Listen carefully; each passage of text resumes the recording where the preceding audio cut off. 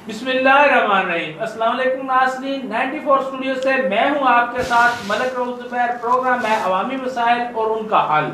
आज हमारा हासिल गुफ्तगू है, जो हमारा टॉपिक है वो है मुल्की सूरत हाल। प्रोग्राम इंतहाई अहम होगा, देखना ना भूलिएगा। मेरे साथ बहस मुबासा के लिए मौजूद हैं मियाँ अब्दुल रज़ाक साहब हैं, ज़िली सदर हैं मरकजी अंजुमन ताजरान व दुकानदारान और मरकजी नायब सदर आल पाकिस्तान अंजुमन ताजरान पंजाब के हैं। और मेरे साथ दूसरे साथी हैं इफ्तिखार अहमद साहब, एडमिनिस्ट्रेटर हैं वर्चुअल यूनिवर्सिटी मंडी पाउद्दीन के, तजियाकार हैं, बहुत ज़बरदस्त लिखते हैं। आज का टाकरा बहुत ही ज़बरदस्त होने वाला है, देखना ना भूलिए, शेयर भी कीजिएगा, कमेंट्स भी कीजिएगा। और मेरे साथ हैं एजाज अहमद जजुआ साहब, साबिक सिटी नाज़िम हैं और उम्मीदवार भी हैं म्यूनसिपल कमेटी के चेयरमैन के लिए। और तजियाकार का जो है वो हमारे प्रोग्राम में काम जो है वो करते हैं। सबसे पहले तो मैं तमाम मेहमानों को वेलकम कहूँगा, शुक्रिया अदा करता हूँ। महंगाई की क्या सूरत हाल है मियां साहब, आपसे स्टार्ट करते हैं। बिस्मिल्लाहिर्रहमानिर्रहीम। सबसे पहले मैं 94 का शुक्रिया अदा करता हूँ पूरी इंतज़ामिया का, जिन्होंने मुझे अपने प्रोग्राम में मदऊ किया और मुल्की सूरत हाल और ताजरों के सूरत हाल के लिए यहाँ पे बुलाया। रऊफ साहब, बात ये है कि ताजरों के हालात इस वक्त बहुत ख़राब हैं, क्योंकि ताजरों के हालात ऐसे ख़राब हो गए हैं कि मुआशी तौर पर जिन लोगों ने लॉकडाउन में ऐसा हुआ कि असल रास लोग जो है हमारे ताजर खा रहे हैं और वो लोगों की रास ख़त्म होती जा रही है। मुनाफा कम है और पीछे से रेट बहुत तेज़ हैं। अगर आज दाल आप 100 रुपये किलो पीछे से लेकर आते हैं फैसलाबाद गुजरांवाला से, तो वो यहाँ पे जो है वो आती है तो दूसरे दिन उसका रेट और बढ़ जाता है। ऐसे ही चीनी का हाल है, ऐसा ही आटे का हाल है, ऐसा ही घी का हाल है। मतलब ये है कि ताजर बहुत परेशान है।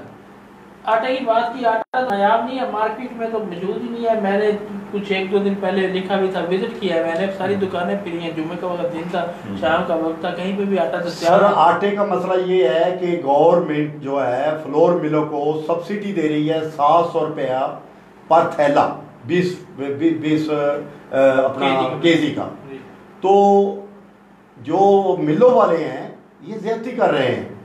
मतलब ये है कि अगर 1000 थैले की सब्सिडी गवर्नमेंट दे रही है 700 रुपया फी थैला, और वो थैला जो है वो मार्केट में जो दे रहे हैं 500 रुपया, 1500 थैला ये गैप कर जाते हैं।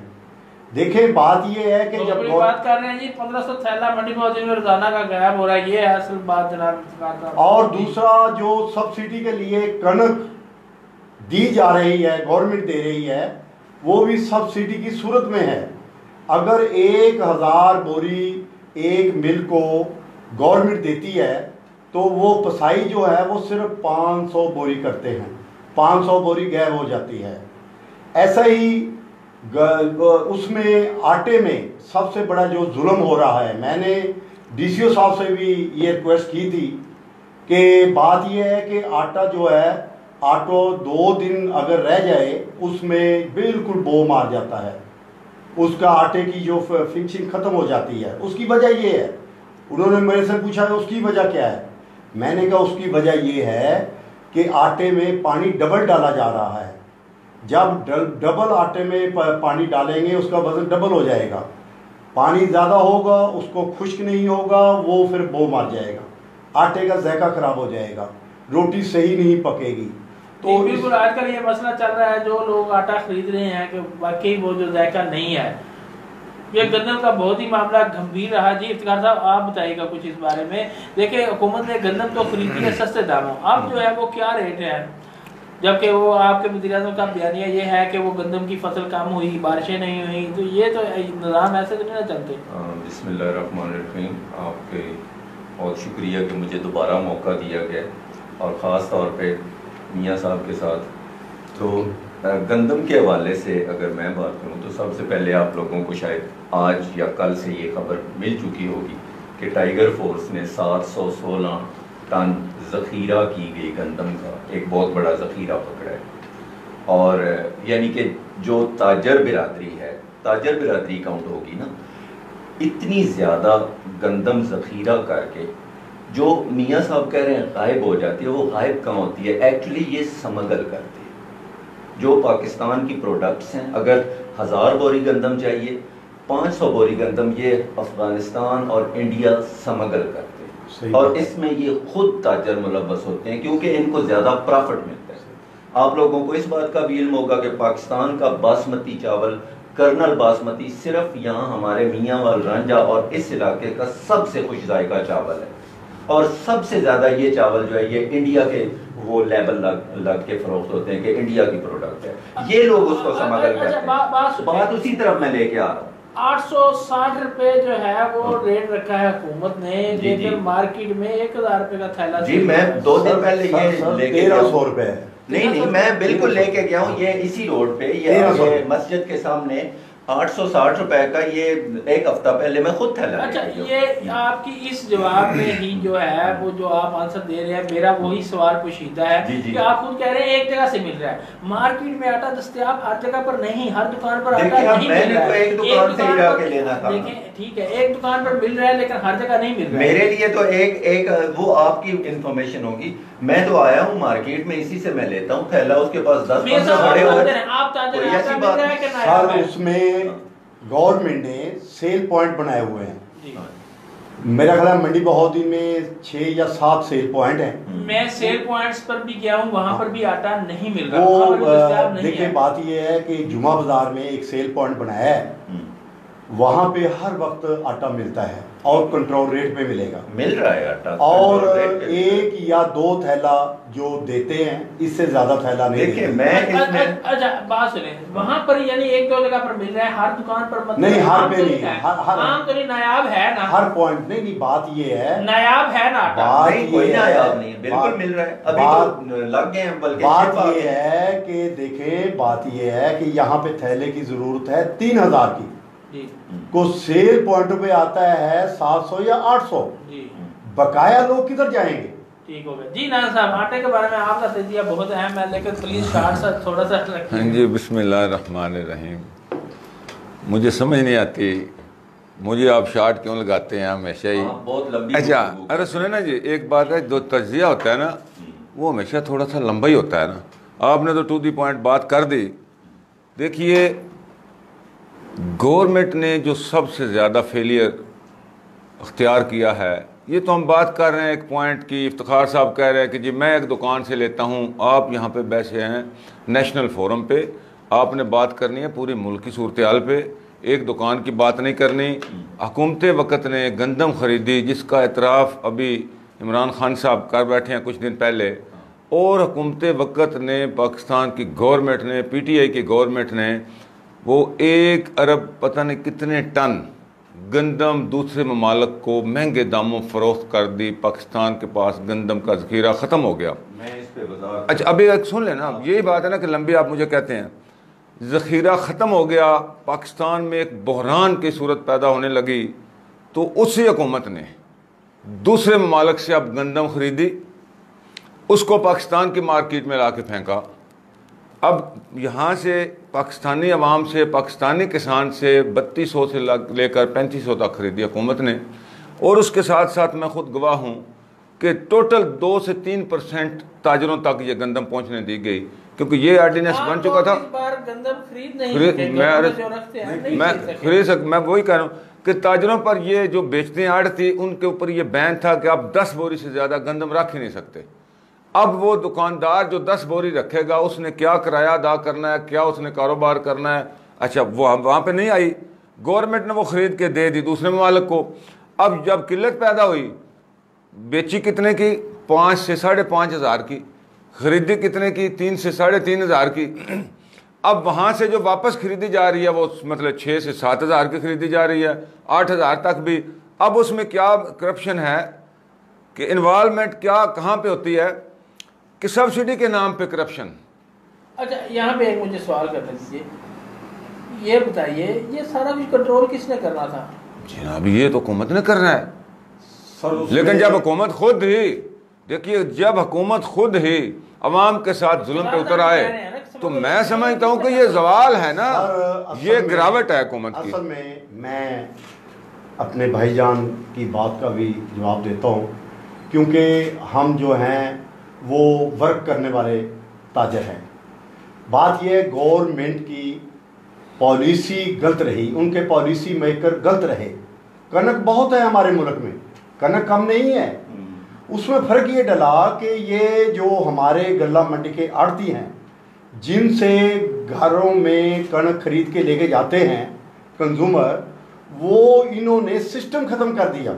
सिस्टम ये ख़त्म कर दिया कि गवर्नमेंट ने सारी कनक खुद खरीद ली। अच्छा, जो व्यापारी देहातों में बैठे हैं, जो कनक अपनी स्टॉक करके फिर वो मार्केट में बाद में बेचते हैं, जब महंगी हो जाती है, तो यहाँ पे हमारे आड़ती जो गल्ला मंडी के हैं वो ऐसा करते हैं कि एक ट्रक हमारी कनक अगर कमज़ोर हो गई, इस दफ़ा हमारी इलाके की कनक जो है वो कमज़ोर थी, दाना बारीक था, तो वो ये शेखुपुरा से, साहिवाल से, मिंटकुमरी से, ये बड़े शहरों से फिर ये ट्राले जो है वो गल्ला मंडी में ले आते हैं। लाकर वो हमारे जो शहर के लोग हैं अपने 6 महीने की कनक जो है वो खरीद लेते हैं। जो इसमें ऐसा हुआ कि एक ट्राला, एक हमारा आड़ती है मियाँ लतीफ़ शफ्ताबाद का, वो एक ट्राला लेकर आया साहिवाल से। वो ट्राला जो है वहाँ पे उसने लगा दिया फड़ पे, हस्वे रवायत। तो वो उन्होंने क्या किया, महकमे ने आके उस ट्राले को सील कर दिया। देखिए, उसने इतना पैसा लगाया, पैसा लगाकर उसको सील कर दिया गया। और फिर जो दूसरे व्यापारी थे, आड़ती थे, उन्होंने कनक लाने ही छोड़ दी। जो व्यापारी देहातों में थे, जिनके पास स्टॉक मौजूद है, अब भी मौजूद है, उन्होंने कनक रोक ली, क्योंकि कि जी जो गवर्नमेंट जो है वो अगर हम गल्ला मंडी में लेके जाएंगे वो सील कर देंगे। सील करेंगे तो हाँ, हमारा तो नुकसान हो जाएगा। उनसे भी गवर्नमेंट ने तो उठा ले ना, वो छोटे व्यापारियों से भी उठा ले। तस्लीम करते हैं इस बात में? नहीं जी, इसमें मैं थोड़ी सी पहले तो जंजुआ साहब की बात की वजाहत कर दूं।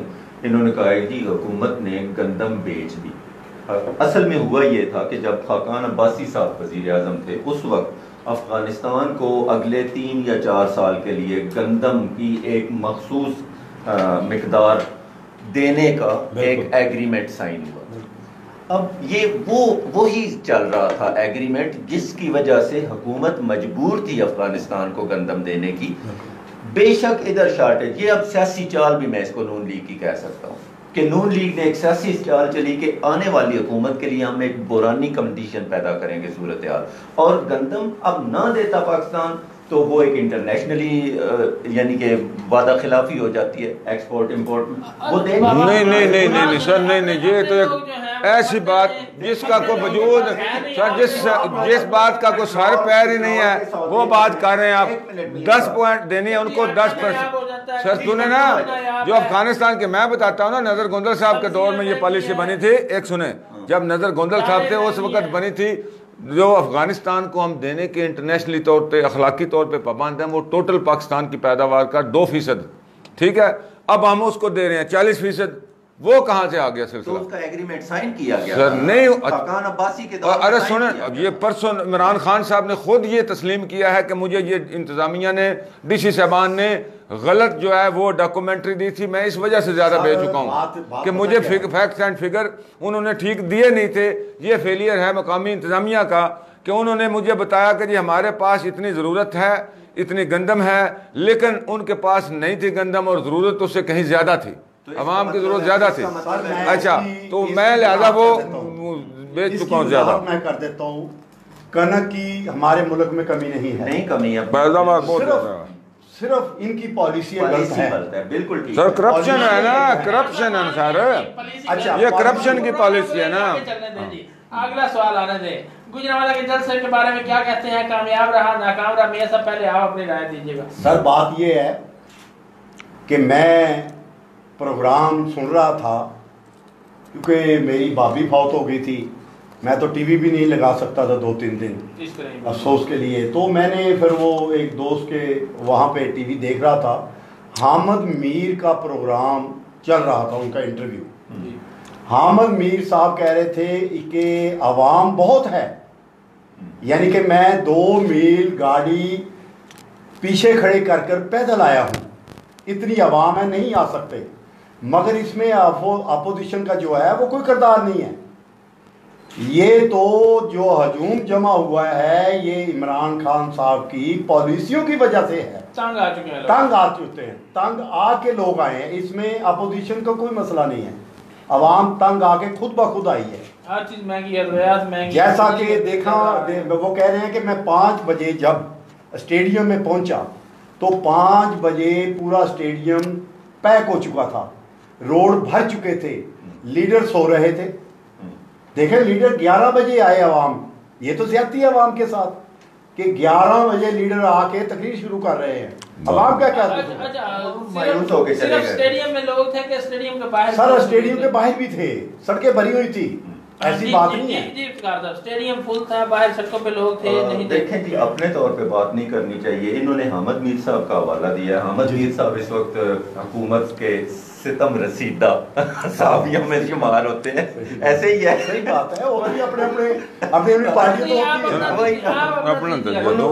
उन्होंने एग्जैजरेशन या ये करनी थी थोड़ी सी, जो मैंने अब बहुत सारे, जाहिर है हमारे पास सोर्स क्या होता है, मुख्तलिफ जो सीनियर साहब हैं उनके तज्जियात भी होते हैं।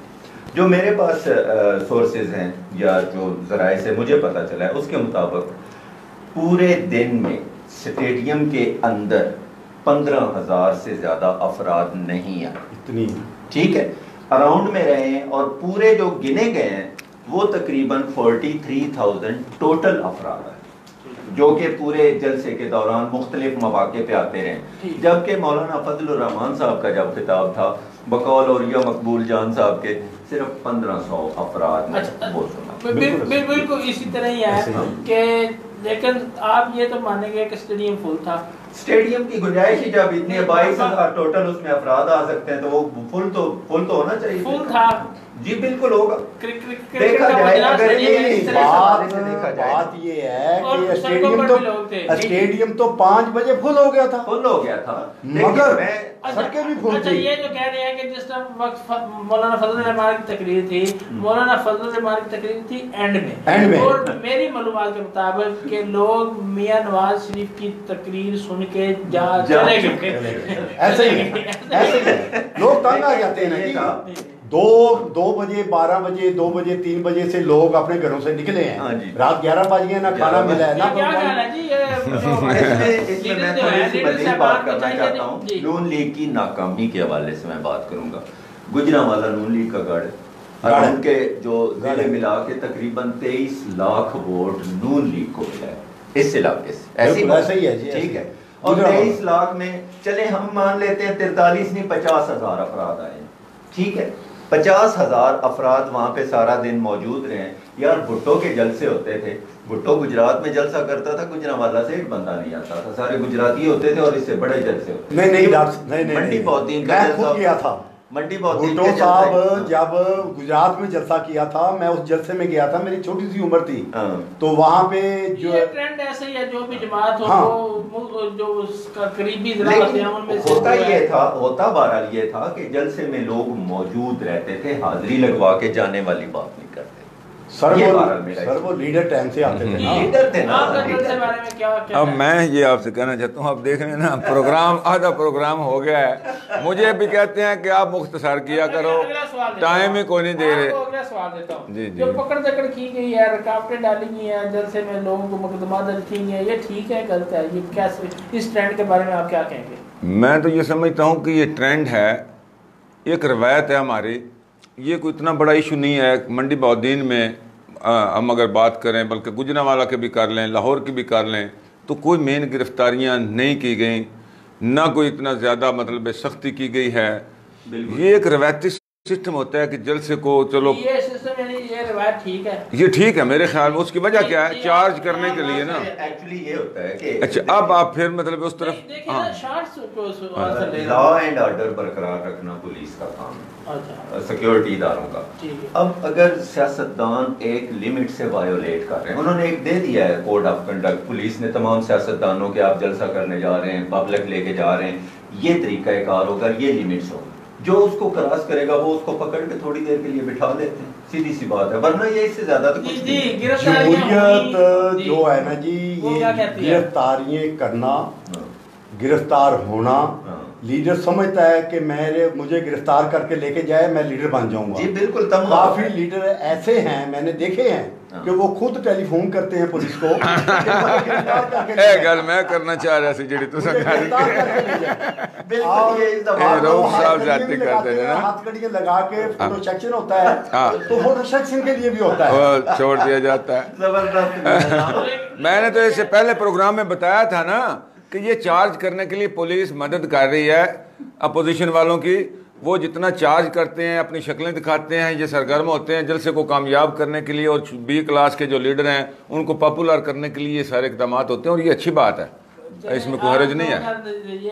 ये है कि अच्छी बात है, लेकिन मेरे नजदीक ऐसा नहीं होना चाहिए, आजादी होनी चाहिए। अगर कोई देखें, कल आप भी अपोजिशन में, पीटीआई भी अपोजिशन नहीं होना चाहिए, जो भी जमात हो ना, ये गलत मुकदमात होने चाहिए। कोई जा रहा है, कोई बकायदा इजाजत ले रहा है, तो उसको आजादी होनी चाहिए, इस तरह होनी चाहिए, लेकिन बहरहाल एक लिमिट होती है जिसके अंदर रह के जमहूरियत का नखार है जी, ये बिल्कुल है।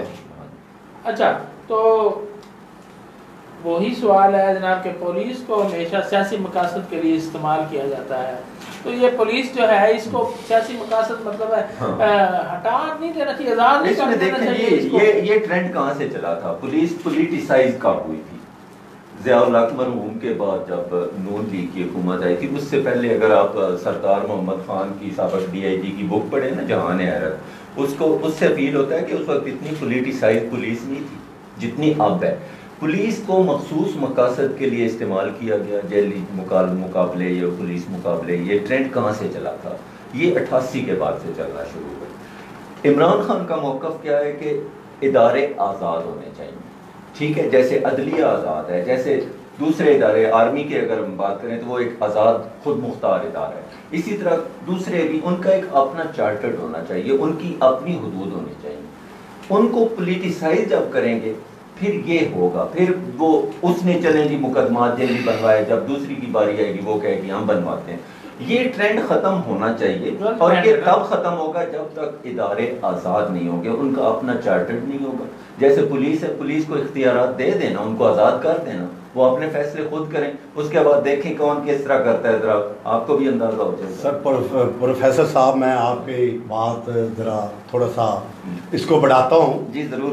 बात यह है कि ये ज़ियाउल हक दौर में नहीं हुआ, ये भुट्टो दौर में हुआ। भुट्टो दौर में हुआ होगा। भुट्टो ने MSF बनाई, अपनी स्पेशल फोर्स, जो अपना इक़्तिदार को बचाने के लिए, इक़्तिदार को लंबा करने के लिए उन्होंने अपनी MS बनाई, और वो फौज जो है वो यानी फौज के अलावा थी, वो स्पेशल फोर्स थी।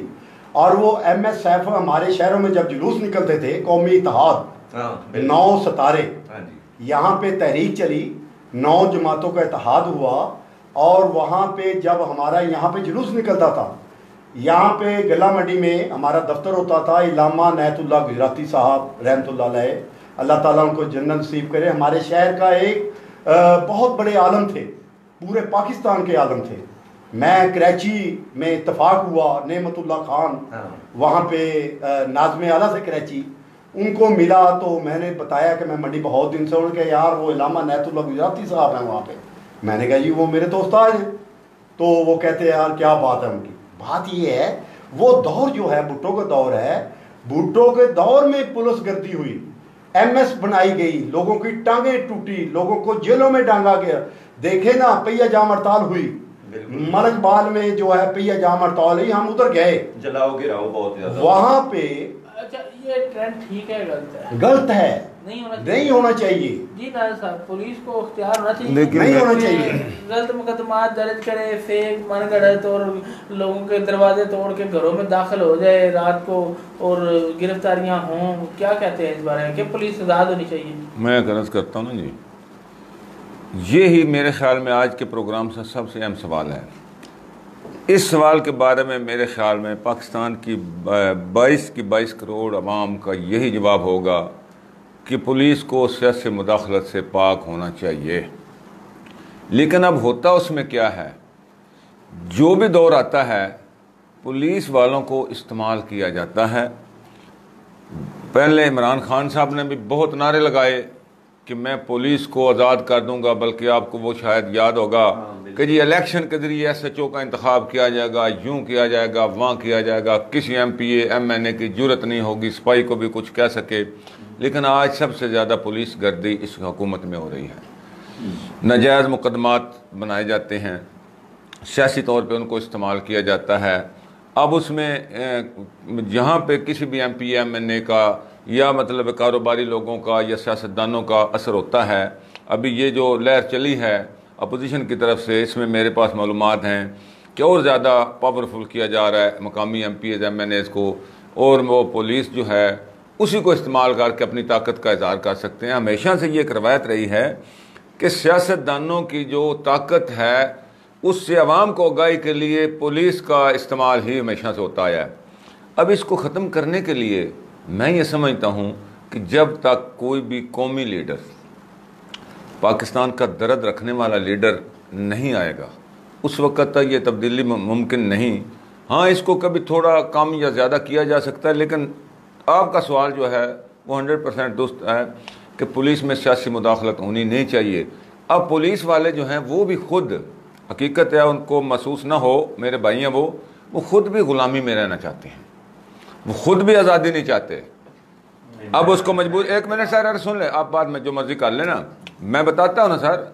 मुशर्रफ दौर में ऑर्डिनेंस आया था इनको आज़ाद करने के लिए, उस वक़्त पुलिस ने वो ऑर्डिनेंस डंडा दे के कैंसिल करवाया था। पुलिस इस्लाहात का जो आइन बना था मुशर्रफ दौर में, उसमें पुलिस को तकरीबन इंडिपेंडेंट कर दिया गया था। सिर्फ और सिर्फ एक मकामी DPO को ज़िला नाज़म के अंडर किया गया था, बाकी पूरे की पूरी इंतज़ामिया जो थी उसके DPO के अंडर थी।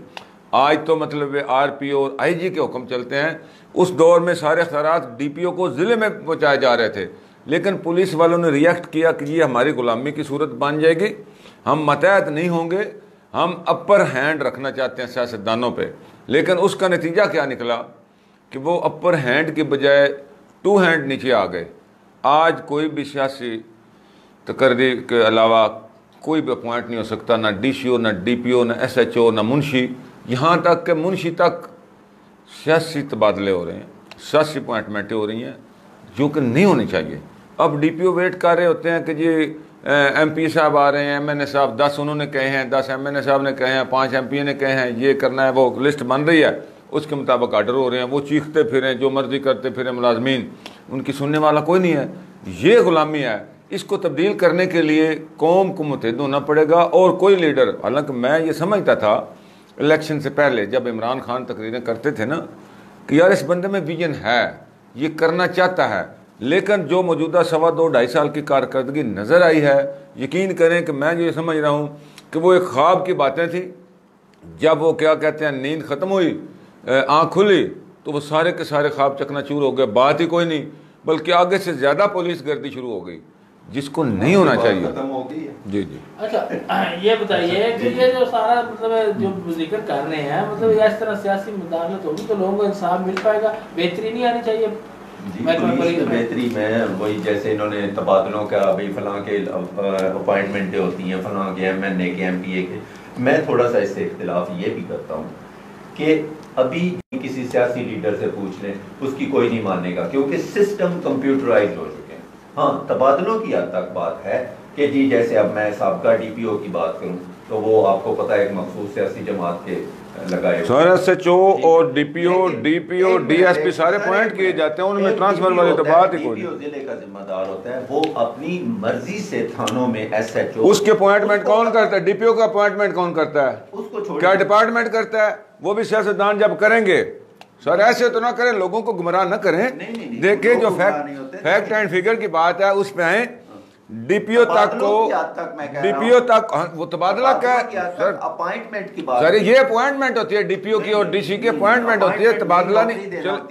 बात ये है चले चल आप ये बात मतलब चलो, आप जो मलक साहब ने सवाल किया है ना, उस पे हम नहीं जा रहे, उससे हट गए, आप जवाब दें उसका। उनका सवाल है कि पुलिस को आजाद होना चाहिए, और हम कहते हैं होना चाहिए। हम कहते हैं कि पुलिस को आजाद होना चाहिए, मगर कौन आजाद करेगा उसे, ये तो बताए ना।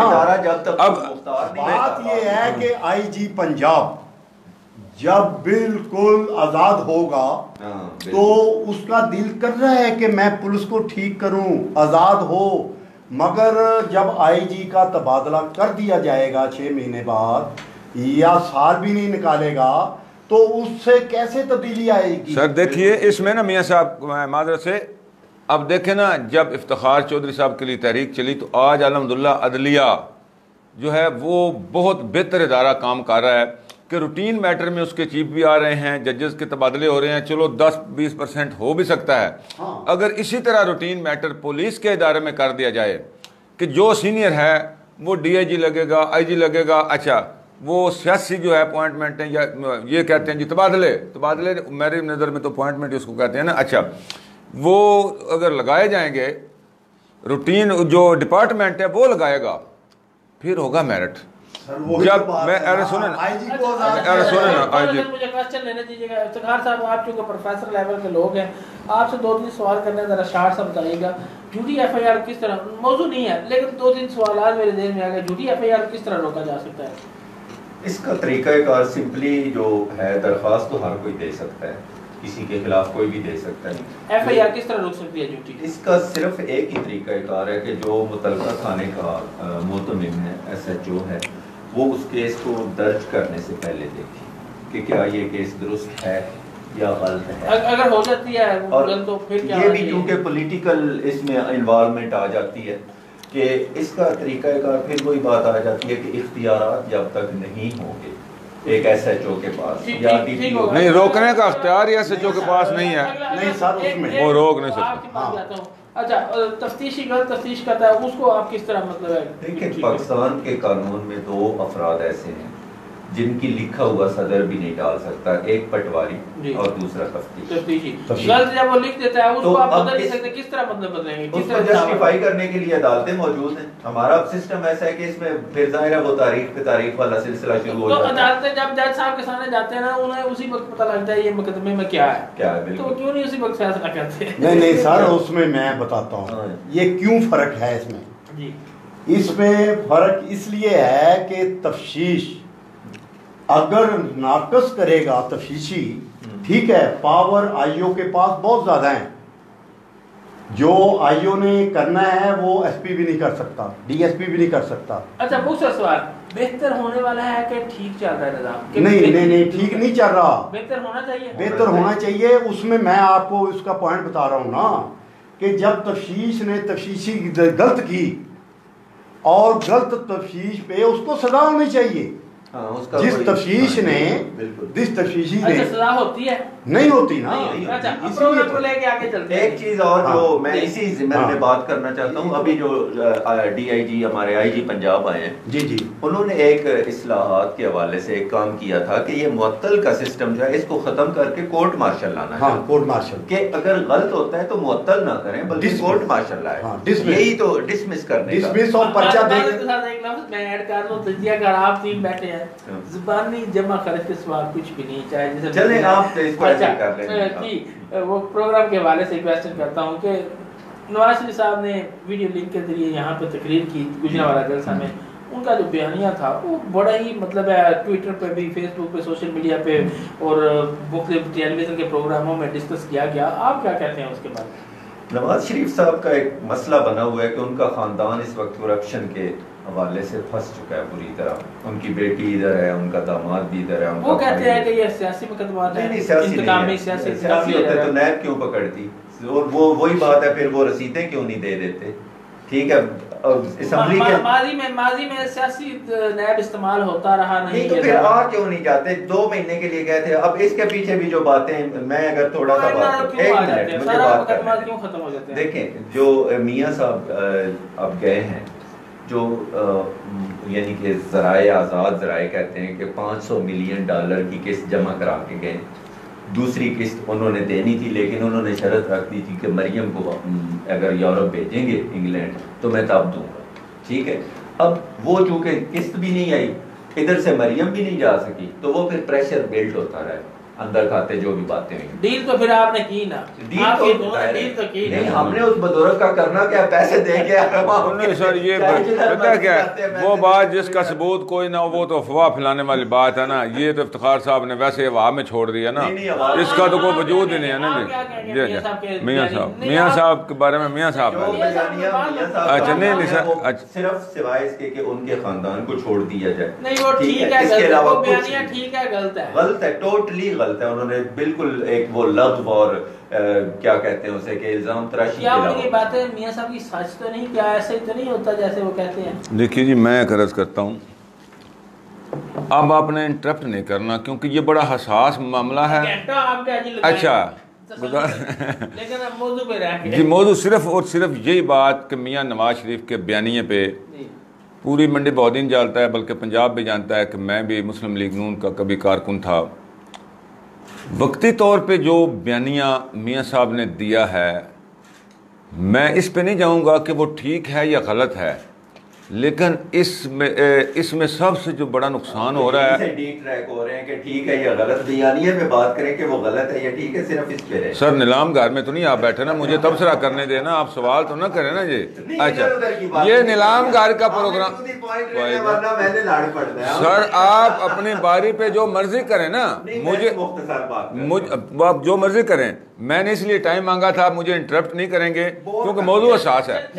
अच्छा, उसमें यह है कि दुनिया की तारीख ये बताती है कि जब कौमें गर्क हुई हैं, सबसे पहला जो वार किया जाता है उसकी फ़ौज में अगर मुंतशिर फ़ौज को किया जाए, उसको बदनाम किया जाए, उसको ट्रैप किया जाए, तो वो कौमें तबाह हो जाती हैं। मुखालफिन हमेशा सबसे पहले ज़रब लगाते हैं फ़ौजों पे कि फ़ौजों को कमज़ोर किया जाए, बदनाम किया जाए और उनमें मतलब ये जो है ना सफ़ बंदियाँ उनकी तोड़ी जाएँ, उसके बाद हमले किए जा सकते हैं।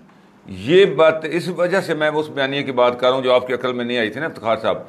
गलत ठीक होने का मसले को छोड़ दें, ये बयानिया जो उन्होंने जारी किया है नाम लेके हमारे आर्मी चीफ साहबान के या फ़ौजी अफसरान के, मैं ये समझता हूँ कि ये फ़ौज को कमज़ोर करने वाली बात है। जब भी फ़ौज कमज़ोर होती है, मुल्क हमेशा कमज़ोर होते हैं। अपने तौर पर देखिए, मैंने एक प्रोग्राम में पहले भी बात की थी कि 3 पिलर है हमारे पाकिस्तान के, अदलिया, फ़ौज और सियासतदान। ये बैठ के नया इमरानी मादा करें। पाकिस्तान को कोई गरज नहीं जमहूरियत से, कोई गरज नहीं मार्शल्लाह से, किसी चीज़ से गरज नहीं। पाकिस्तानी अवाम यकीन कीजिए, उनको रोटी से मसला है, उनको कारोबार से मसला है, उनकी बच्चों की तालीम का मसला है, उनकी सेहत का मसला है।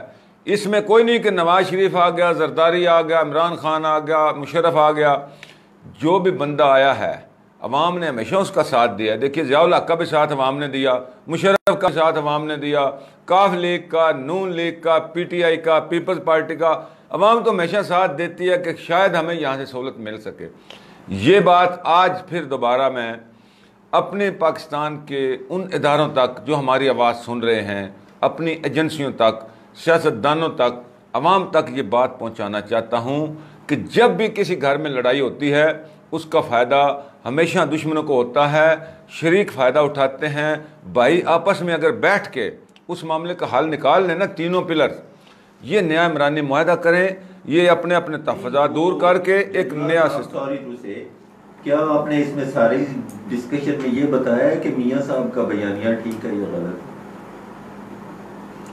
भैया मैं अपनी बात कर रहा हूँ ना, तो आप मेरे ऊपर कलेक्टर लगे देखे ना, आप ना तो मेरे ऊपर कलेक्टर हैं। तकरीर करने उसकी बजाय जो सवाल पूछा जाता सर वो मेरे से पूछते, आप तो ना पूछे, आप अपने बारी पे जवाब दिया करें। टांग अड़ाते हैं आप तो हमेशा से।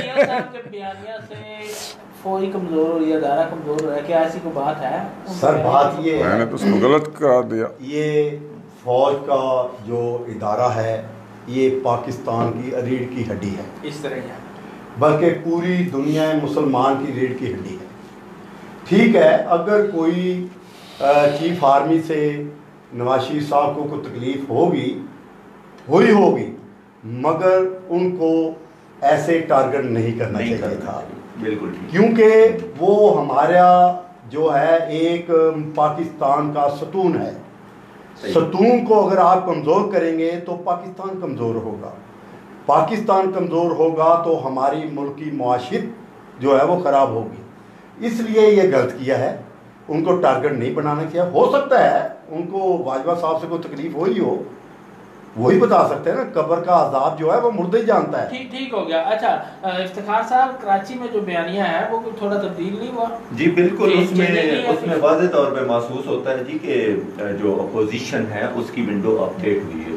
इसके पीछे भी अब जो मेरे पास वो हेड्स की सिर्फ बात कर रहे हैं, उसके पीछे जो मेरे पास जो ज़राए से मुख्तलिफ से तज्ज़िये सुनने से पढ़ने से पता चला है, उसमें ये बात हुई है कि एक तो बिलावल हाउस में एक मीटिंग हुई मरियम नवाज़ के अलावा, मरियम सफदर के अलावा, जिसमें यह तय किया गया था कि मियाँ नवाज़ शरीफ साहब की जो साबका गुजरांवाला की तकरीर थी दोबारा रिपीट नहीं की जाएगी। हालांकि शाम तक ये प्लान था कि मियाँ साहब तकरीर करेंगे, लेकिन मीडिया बता रहा था हाँ कि उन्होंने करनी थी तकरीर, लेकिन रोक दी गई कि उसमें सिंपली ये बात थी कि पीपल पार्टी ने कहा जी कि हम जिस एजेंडे पे नून लीग चल रही है हम उस पर नहीं चलेंगे, ये पाकिस्तान मुखालफ एजेंडा है, इसमें पाकिस्तान की बर्बादी, हम इस पे नहीं चलेंगे। मियाँ साहब ने जिस तरीके से पाकिस्तान के या इदारों के खिलाफ बातें की है वो हम नहीं करने। अच्छा, इसमें बात है दूसरी तरफ से फिर जो एक इंफॉर्मेशन ये भी मिली है कि एक मैसेज गया है नून लीग की इंतज़ामिया तक भी कि आप लोगों ने जो कुछ गुजरांवाला में किया हो गया, उस पे आप लोगों के खिलाफ जो भी नोटिस लिया जा चुका, लेकिन इससे आगे आप अगर मजीद बढ़ोगे तो फिर उसके नताए जो होंगे वो आप लोगों की बर्दाश्त से भी ज्यादा होंगे। नहीं ये देखिए ना, आप पीपल पार्टी का भी बयानिया दे रहे हैं, फौज का भी दे रहे हैं, पीटीआई का दे कोई नहीं रहे सर, अपना दे ना। देखो पीपल पार्टी का बयानिया दिया, फौज का दिया, ये तजिया तो नहीं है ना सर, ये तजिया। अच्छा, उसका नतीजा फिर ये निकला है कि मरियम साहिबा ने फौज की तारीफ की है अपनी तकरीर में, इमरान खान के खिलाफ बोली, बिलावल ने अपनी वालदा की जो कुर्बानियाँ उनका जिक्र किया है और पीटीआई के खिलाफ बोले, ठीक है। फजलुर रहमान साहब भी जो हैं उन्होंने भी फौज के खिलाफ बात नहीं की या किसी और इदारे के खिलाफ बात नहीं की, महंगाई और मौजूदा वो जो पीटीएम वगैरह ऐसी जो है वो मतलब में क्यों मतलब पीटीएम जो शामिल की है इन्होंने? कौन सी पीटीएम तो नहीं है उसमें शामिल, नहीं है, नहीं उसमें वो अचक ज़ई साहब हैं जिन्होंने उर्दू जुबान को कौमी जुबान वैसे चेक कीजिएगा वहाँ पे नेशनल पार्टी पीटीएम नहीं, पश्तून जो तहरीक है मेरा ख्याल है वो पश्तीन की, वो नहीं है उसमें शामिल, नहीं है वो, नहीं है शामिल, वो पश्तीन की नहीं है, दो है ना, जैसे जमीयत उलमाए पाकिस्तान ये ग्रुप तो वो ग्रुप हो गया, ऐसे हो गया। हाँ अच्छा, जो कैप्टन सफदर साहब की गिरफ्तारी है पीपल्स पार्टी का हाथ समझते हैं इसमें? मैं समझता हूँ कि जी बिल्कुल, इसमें चूंकि पीपल पार्टी और नून लीग आपस में इनके माजी के जो एक दूसरे की चपकलश हुकूमतें गिराना, ये करना वो करना, वो एक तवील दास्तान। तो फिर जैसे मियाँ शहबाज शरीफ साहब ने तो वहाँ पे बयान दिया है कि ऐसी कोई बात नहीं है जी, वो ऊपर से जो मर्जी कहते रहे, जैसे शहबाज शरीफ साहब का था कि सड़कों पे घसीटूंगा तो ये करूंगा, आईजी को उठा लिया गया। नहीं अब उसमें देखें मरियम साहिबा के हवाले से अगर मैं उनके बयान पे ही तबसरा करूं तो उन्होंने कहा जी के कमरे का दरवाजा तोड़ के हम कमरे में थे और लेके गए। मरियम साहिबा का एक कमाल ये है कि वो जजेस की वीडियोस भी बना लेती हैं। जब पुलिस वाले दरवाजा तोड़ रहे थे तो उस वक्त मोबाइल से क्यों ना वीडियो बना ली।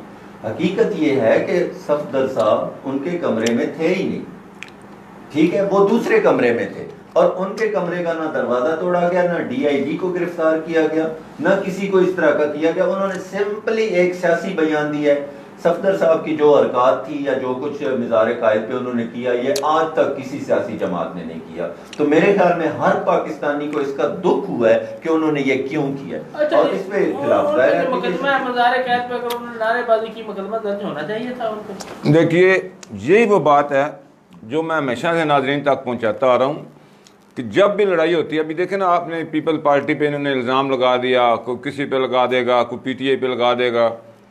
ये वो लोग शरपसंद होते हैं हर जगह पे जो लड़ाई का फ़ायदा उठा के ज़्यादा से ज़्यादा आपस में इंतशार फैलाने की कोशिश करते हैं। आज मैं समझता हूँ कैप्टन सफदर साहब की गिरफ्तारी या उन पे पर्चा ये कोई इशू नहीं था। नहीं होना चाहिए था। इतना बड़े प्रोग्राम हुए हैं, कितनी कितनी खिलाफ वर्जियाँ हुई हैं, तो पर्चे नहीं दिए PTI की हुकूमत ने, या मतलब कोई मुदाखलत नहीं की।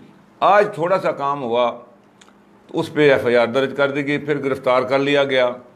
अब ये इफ्तिखार साहब या कोई और दोस्त तजिया करेंगे जी इसमें पीपल्स पार्टी का हाथ है, तो कुछ कहेगा। नहीं सर, नहीं, मैं अर्ज़ करता हूँ ना, हर जगह पे कुछ शरपसंद लोग ऐसे होते हैं जो खुद को खुद मुख्तार समझते हुए इंतशार में कूद के आते हैं। अपनी तरफ से वो बनते हैं वफादार, शाह से ज़्यादा वफादारी शो करना चाहते हैं। जैसे मॉडल टाउन में शहबाज शरीफ की वफादारी करने के लिए पुलिस अफसरान ने लोगों को मार दिया। अब यकीन करें, ना तो शहबाज शरीफ ने कहा था, ना राना सनाउल्लाह ने कहा था कि इनको गोली मारो, उन्होंने कहा था इन्हें रोको। अच्छा, इसी तरह ही हुआ है। अब मैं नहीं समझता होना चाहिए, उसको खारिज होना चाहिए। मेरा तो इस पर यही तजवीज़। हाँ जी, ये इतना इशू नहीं था, इशू नहीं था जिसको जानबूझ के हाईलाइट के, ये है वो फायदा जब आपस में लड़ते हैं लोग, ये मतलब नुकसान होता है। बात ये भी कुछ चले जी, नून लीग के मुखालफिन ये कर रहे हैं कि जलसा जितना एक्सपेक्टेड था उतना कामयाब नहीं हुआ। कौन से वाला? ये कराची वाला। हाँ जी, वही बात कर रहे हैं। कराची वाला जैसा कामयाब रहा नहीं, उसके नजरें हटाने के लिए ये काम किया गया। सर बात पता क्या है, बात ये है कि जो मेरे सिस्टर कराची में रहती है, मैंने अपने भांजों को फ़ोन किया कि क्या आप जलसे में जा रहे हो? उन्होंने कहा हम जलसे में जा रहे हैं। तो वो मेरे भांजे अतीक और अकील जलसे में गए और उन्होंने शमूलियत इख्तियार की। उन्होंने कहा कि बहुत आवाम है, आवाम में कमी नहीं है। मैंने जो पढ़ा वो उसमें ये था, काफ़ी मैंने चीज़ें पढ़ी, उसके बाद कोई बंदा लेता है। मैंने BBC पढ़ा, BBC पे लिखा था कि जलसा जी चूँकि हुकूमत बयान दे रही है इसलिए कामयाब हुआ कि इतवार था, छुट्टी का दिन था, और पता नहीं क्या क्या बता। ये तो बातें करने के लिए है ना। वो जी क्या था वो, मतलब है वो पीपल्स पार्टी का वो वहाँ पे क्या हुआ था, कोई वो ब्लास्ट हुआ था क्या, वो उसका जनाब बेनज़ीर और पता नहीं कोई और क्या जनाब वहाँ पे मुज़ारे कैद में कुछ था, तो इस वजह से मलक साहिब तो ज्यादा, इस वजह से वहाँ ज्यादा मलक साहिब बात ये कि वहाँ पे थी। मलक साहब बात ये है पीपल्स पार्टी का वहाँ पे चाहे वो बेनज़ीर को समझ कर गए, कोई फजल ने, चाहे वो उनका त्यौहार था, चाहे छुट्टी का दिन था, आवाम तो थी ना।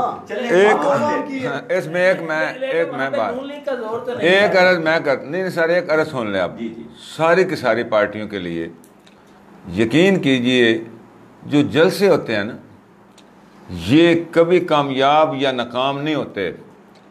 ये हमेशा से लेके जो पॉलिटिकल पार्टियां होती हैं, ये लोगों को लाती हैं, जलसे करवाती हैं, खा वो PTI हो, खा नून लीग हो, खा पीपल्स पार्टी हो। ये जो दावा करता है ना लीडर कोई भी इस वक्त का पाकिस्तान का कि जी अवाम मेरे साथ है, ये 100% गलत बात है। यकीन कीजिए कि अभी जो गुजरांवाला का जलसा था या कराची का जलसा था, तमाम के तमाम MPs MNA मकामी उनकी लीडरशिप, उनके ज़िम्मे ड्यूटियाँ लगती हैं कि आपने 10 बंदे लाने, आपने 50 लाने, आपने 100 बंदे लाने और गिनती करवानी है, पूरी करवानी है।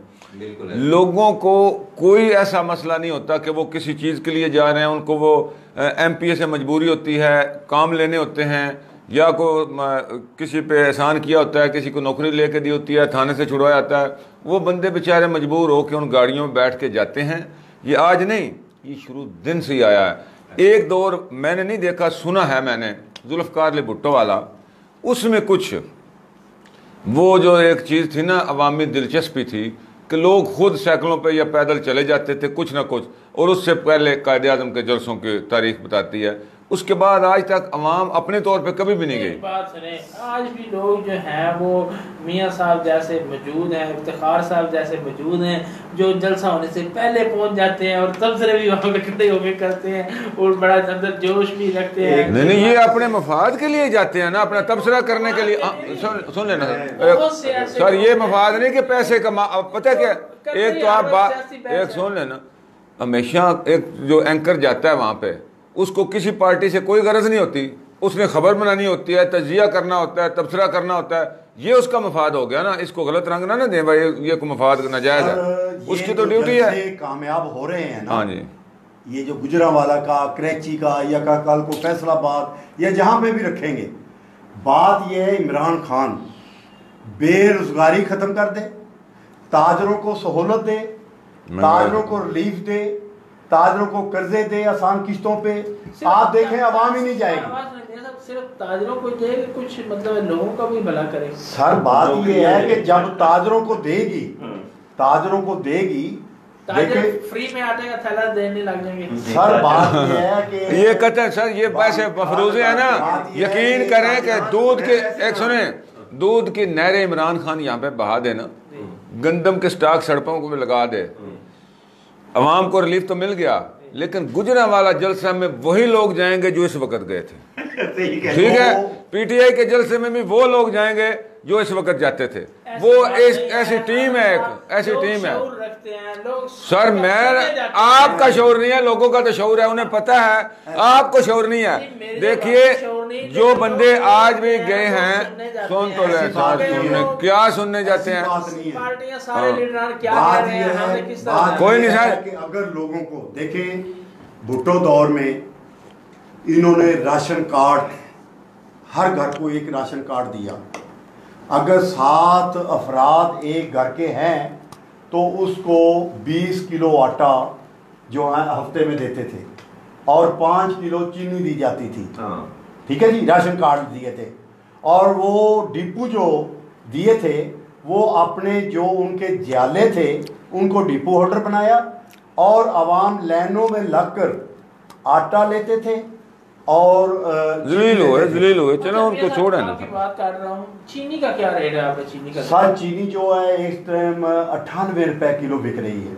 98 रुपए? हाँ जी। तो पहले जो है मतलब इस हुकूमत से पहले क्या रेट था? सर 55 रुपए, 50 रुपए से लेके 55 तक रहा है। वो भी ज्यादा था रेट, और अब तो मतलब डबल हो गया ना सर, डबल रेट हो गया है। असल में जो हमारे शुगर ये ताजरों की वजह है कि अपोजिशन की वजह है कि हुकूमत की वजह? अगर हुकूमत की नाकामी है और शुगर माफिया इन पे हैवी है, शुगर माफिया इन पे कंट्रोल नहीं कर सक रहे और जिसकी वजह से ये रेट बढ़ रहा है। अच्छा मियां साहब, थोड़े सवाल तो रहते हैं, लेकिन आप चूंकि ताजर हैं थोड़ा सा फायदा उठा लो। दालों के रेट कहाँ पे पहुंचे हैं? सर दालों के रेट जो है आज से 3 महीने पहले जो लॉकडाउन में है, रेट बहुत ज़्यादा बढ़ गए थे, यानी 30 और 40 रुपए किलो बढ़े। मगर इसके बाद अब कुछ कम हुए हैं, रेट कम हुए हैं। पिछली हुकूमत में दाल मूंग जो है उसका क्या रेट था और अब क्या रेट है? सर दाल चना जो है वो 50 रुपए किलो थी, अब जो है वो 100। सर आप बेतुके सवालों पे आ जाता है ना। पिछली हुकूमत में आपकी उम्र कितनी थी, राज कितनी है, ये कौन सा सवाल है सर? दाल मूंग जो है ये बहुत कम खाई जाती है। वैसे रेट क्या है? मैं यही बता रहा हूँ, बहुत कम इस्तेमाल की जाती है और इसका रेट जो है पहले 60 रुपए था, अब जो है वो 160 रुपए की। अच्छा, आप एक तरफ कहते हैं अवाम को रोटी चाहिए, मतलब कपड़ा चाहिए, मतलब मकान वाली तो बात ही नहीं रही। एक तरफ आप ये कहते हैं अवाम की ये जरूरियात है, अमरानी पैदे हो जो मर्जी हो करते रहें, अवाम को तो मतलब है अपना जरूरियात जिंदगी की चीजें चाहिए।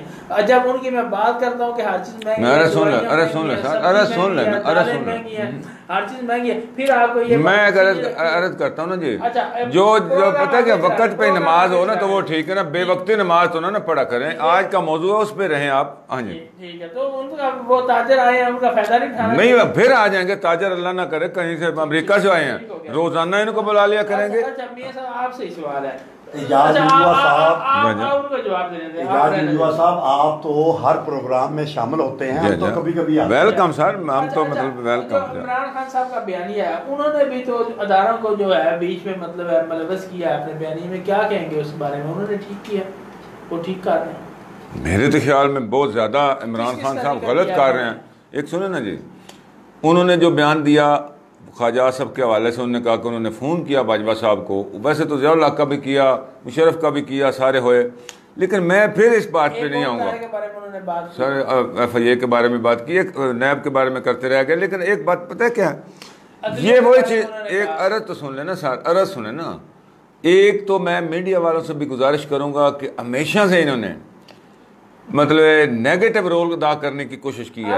एक अरे सुने ना सर, अरे सुने ना, तो आप करते हैं वो जो सिर्फ आप अच्छा ये बात बताएं, इमरान खान साहब के बयानिए पे बात करें। जी, मैं उसके बयानिए की बात कर रहा हूँ, आपकी तरफ से बयानिया आ रहा है ना, वो उन्होंने तो एक बयान दे दिया, आपने उनको उठा लिया। आप बताएं, बात ये है कि इजाज जंजुआ को मशहूर करने में मीडिया का किरदार है और मैं उनका शुक्रिया अदा करता हूँ। ठीक है, हम मीडिया का शुक्रिया अदा करते हैं कि आपने 94 जो ये प्रोग्राम शुरू किया है, इसमें लोगों को बड़ी बड़ी मालूमात मिलती हैं और बड़े बड़े तज़िये करने को मिलते हैं। बात यह है कि जो इमरान खान ने बयान दिया है, अगर नवाज शरीफ का गलत है वो भी उन्होंने गलत दिया है, गलत दिया है। बात यह है फौज अदलिया, ये हमारे पाकिस्तान के 2 सतून हैं। इन सतूनों के बारे में किसी जमात को भी इनके खिलाफ नहीं बोलने चाहिए। आप बताएं जी कि उनका बयानिया ठीक है, अगर नवाज शरीफ का गलत। देखें, इमरान खान का जो बयानिया है ना, उसमें इमरान खान को एडवांटेजेस क्या मिले, ये सवाल आपको करना चाहिए, या डिसएडवांटेजेस क्या मिले। आप दिफा ना करें, आप सिर्फ ये बात करें कि उन्होंने मुलव्वस किया। अगर नवाज शरीफ कर रहा है, अदारों का नाम ले रहा है, तो इमरान खान भी तो वही कर रहा है ना। इमरान खान ने जो कुछ किया है ना, उसमें 2 एडवांटेज ले गए इमरान खान। पहली चीज़ तो ये कि ये होती है मूव, सियासी मूव्स होती हैं। पहली चीज़ तो उसने एडवांटेज ले लिया कि जितनी अपोजिशन की 11-12 जमातें थी ना, उनको अपने पीछे लगा दिया, और जो पाकिस्तान की एस्टेब्लिशमेंट या इदारे हैं उनको अपने पीछे कर लिया। इसके दूसरा एडवांटेज नहीं पीछे तो नहीं किया ना, फ्रंट में लिया, यानी कि फ्रंट पे खुद इमरान खान आ नहीं। पाकिस्तान में पहली मरतबा ये हुआ है कि एस्टेब्लिशमेंट को तहफ़्फ़ुज़ देने वाला कोई सियासी लीडर आया है। 3 इदारे हैं पाकिस्तान के, जैसे सब कह रहे हैं।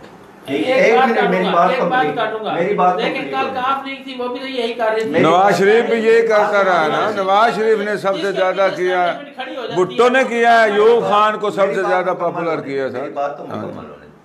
अब एक पेज पे ऑलरेडी जैसे आर्मी और हमारी क्या कहते हैं असम्बली कह लें या पार्लियामेंट, एक पेज पे पहले ही कहते हैं, ठीक है। अदलिया को अभी थोड़ा सा अलग रखते हैं, लेकिन मेरा भी ये ज़ाती ख्याल है कि अदलिया, पार्लियामेंट और हमारी जो सिक्योरिटी इदारे हैं, ये सारे एक पेज पे हैं इस वक्त, ठीक है। इमरान खान चूँकि सियासी लीडर है, उसको फ्रॉम द फ्रंट खेलना चाहिए।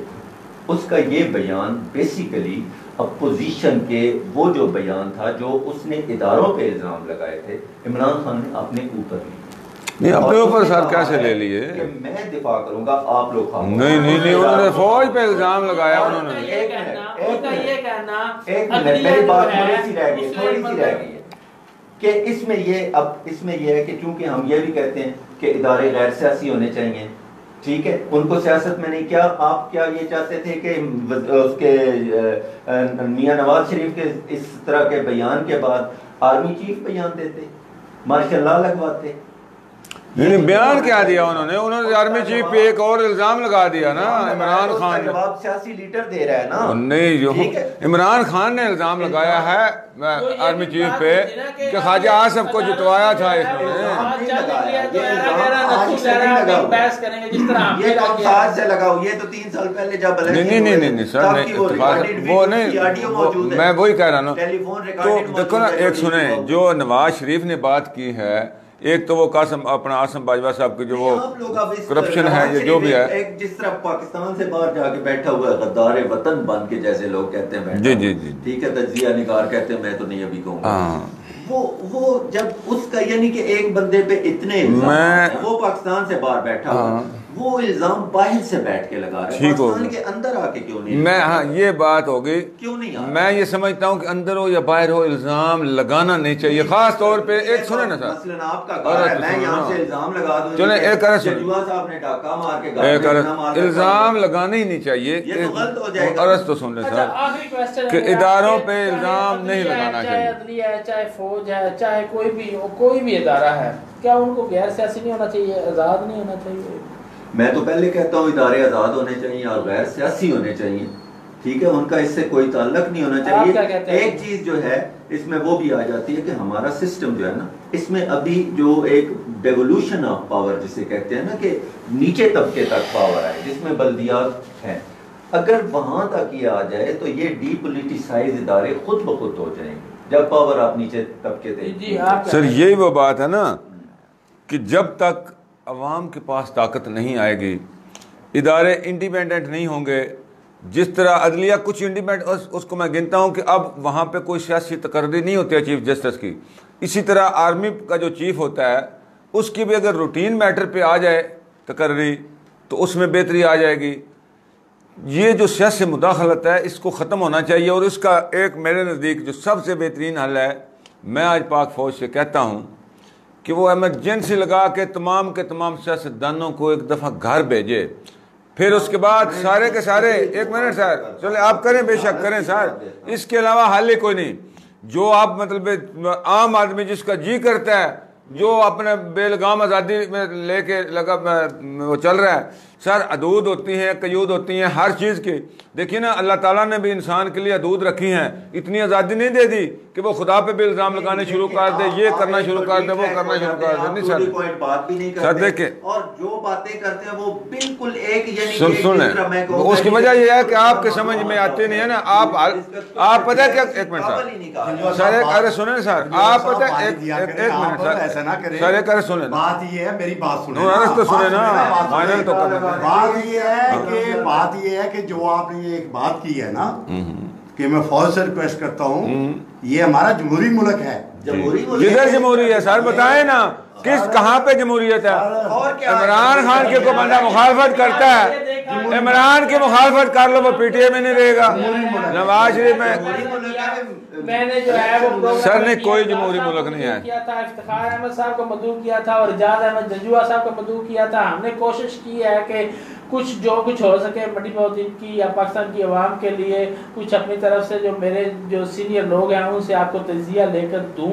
तो मैं आखिर में यही दुआ गो हूँ कि हमारा मुल्क जो है एक जमहूरी मुल्क है, इसमें जमहूरियत पनपे, जमहूरियत परवान चढ़े, होनी चाहिए, आज़ादी हो, अदारे अपना अपना काम करें, पार्टियां भी आज़ाद हो ना, बेटों को इन्होंने लाते जाएं, अपने अपने बच्चों को लाएं, तो अमरीयत नहीं है तो ये क्या है? अगर कोई चोर हैं, अगर कोई गलत सियासतदान है तो उनका सफाया होना चाहिए।